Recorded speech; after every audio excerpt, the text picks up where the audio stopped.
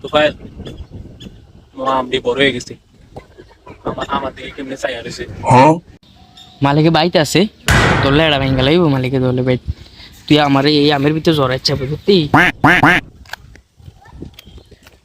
আম পারলে কেউ দেখতো না তো মামা আমি আম পায়রা দেম একটা শর্ত আছে বুঝলি আম পায়রা দিলে আমারে ভাই ফাঁসাটা চাচ্চা আমি বেশি ফাঁসালি করে দিলাম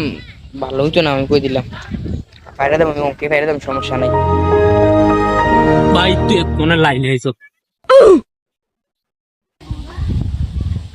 মামা লবণ না চুত্তি তুমি তোর আম জানি পায়রা দিতে সেটা দোয়া পারা তোরে